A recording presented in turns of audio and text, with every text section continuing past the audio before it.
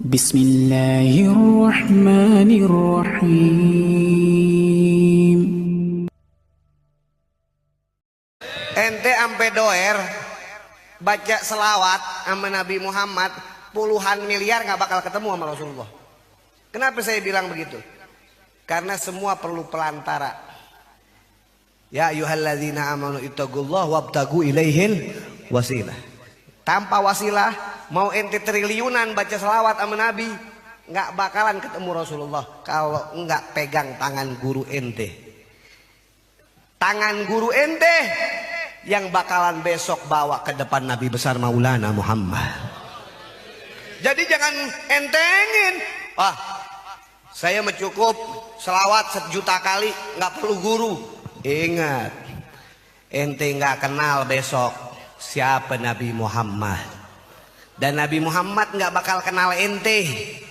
Walaupun ente selawat sebanyak-banyaknya, kalau ente nggak pernah kenal keluarga Nabi Muhammad. Hubbu nabiyukum. Kalau mau kenal sama Rasulullah, semangat cinta kita buat Rasulullah. Bismillahirrahmanirrahim. Assalamualaikum warahmatullahi wabarakatuh. Alhamdulillahi rabbil alamin, wassalatu wassalamu ala asyrafil hamdi wal mursalin wa ala alihi wa sahbihi ajmain.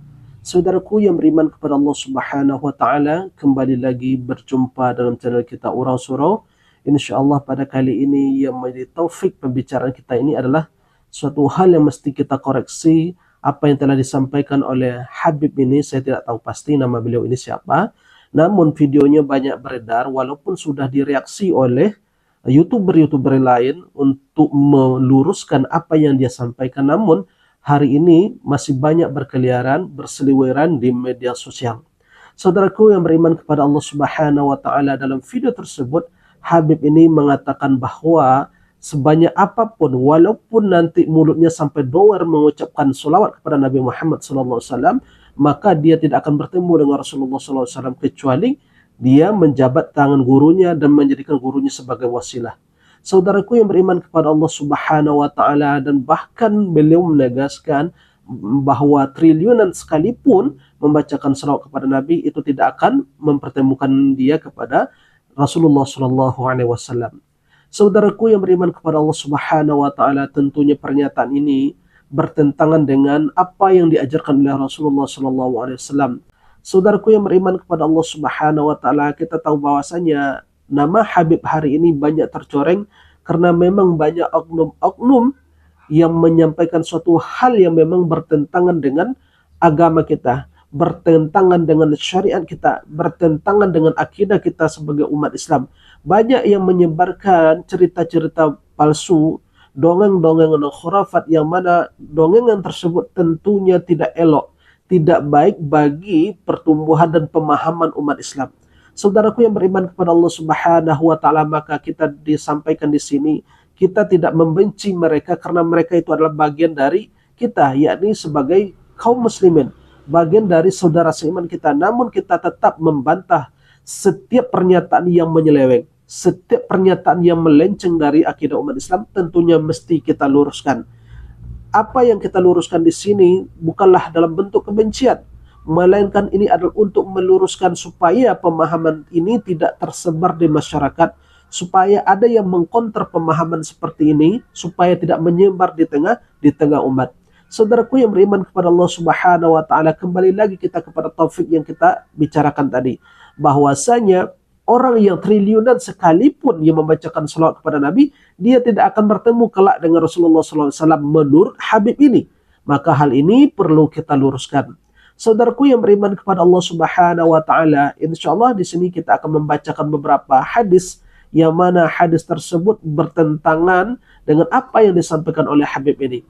Saudaraku yang beriman kepada Allah Subhanahu wa taala, hadis yang pertama, Rasulullah SAW pernah bersabda, hadis yang diriwayatkan oleh Imam Tirmizi, "Inna ulan nasi bi yaumil qiyamah aktsaruhum alayhi shalah." Orang yang utama nanti duduknya bersamaku, kata Rasulullah, orang yang dekat nanti kedudukannya di akhirat bersamaku, kata Rasulullah, di antaranya adalah orang yang memperbanyak membacakan selawat kepadaku. Ya, kata Habib tadi, walaupun triliunan, Triliunan itu banyak saudaraku.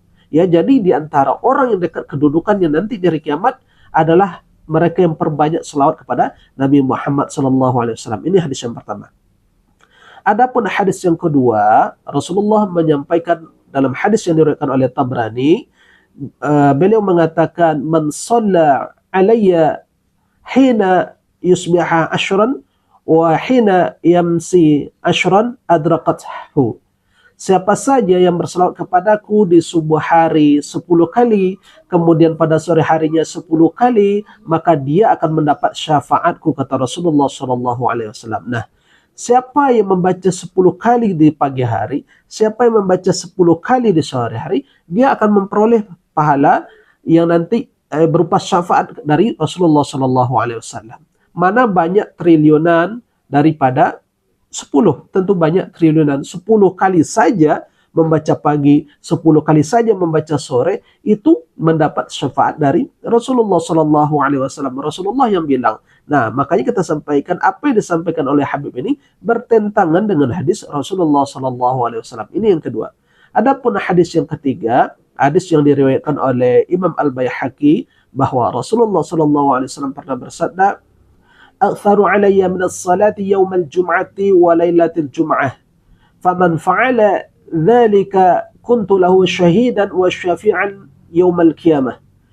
Rasulullah SAW mengatakan, perbanyaklah olehmu selawat kepadaku di hari Jumat, di malam Jumat. Siapapun yang memperbuat seperti itu, kata Rasulullah, maka dia akan mendapat syafaatku di hari kiamat. Saudaraku yang beriman kepada Allah Subhanahu wa taala, sudah jelas sekali ya bahwasanya apa yang disampaikan oleh Habib ini bertentangan dengan hadis Rasulullah SAW. Maka apa yang disampaikan oleh Habib tersebut tidaklah benar. Maka kita perbaiki apa yang disampaikan oleh Habib tersebut supaya umat ini tidak tergelincir. Sampai dikatakan kota Tarim ini dikatakan doa ning kota Tarim itu dikabulkan oleh Allah walaupun di dalam kamar mandi. Neng jeding doa terima. Dari hebatnya kota Tarim. Saudaraku yang beriman kepada Allah Subhanahu wa taala, kemudian di dalam video yang kedua ini, di sana ada seorang Habib menjelaskan tentang keutamaan kota Tarim. Yang mana di kota Tarim tersebut, kata beliau, itu adalah tempat di mana doa-doa diijabah oleh Allah Subhanahu wa taala. Termasuk ketika seorang berdoa di kamar mandi pun diijabah oleh Allah Subhanahu wa taala.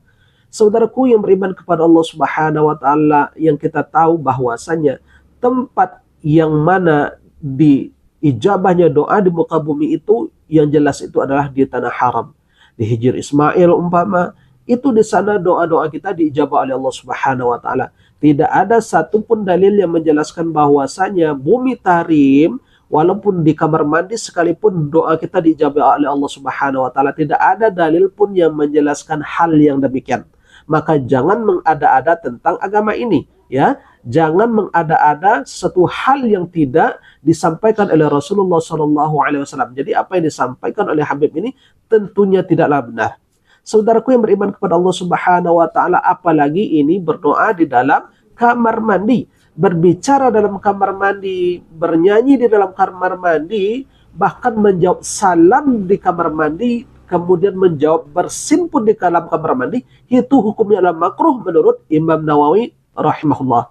Ya, ini makruh, jadi tidak boleh, karena ini adalah bagian dari adab-adab kita ketika kita berada dalam kamar mandi. Kita hanya boleh berdoa sebelum masuk kamar mandi dan setelah keluar dari kamar mandi. Kenapa tidak boleh berdoa dalam kamar mandi? Karena untuk mengagungkan Allah Subhanahu wa taala. Kita tahu bahwasanya kamar mandi itu ada WC-nya, di sana ada tempat kotoran dan tempat najis. Jadi tidak boleh disandingkan nama Allah yang mulia dengan tempat-tempat yang kumuh dan kotor. Saudaraku yang beriman kepada Allah Subhanahu wa taala, maka kita sampaikan bahwa apa yang disampaikan oleh Habib tersebut tidaklah benar.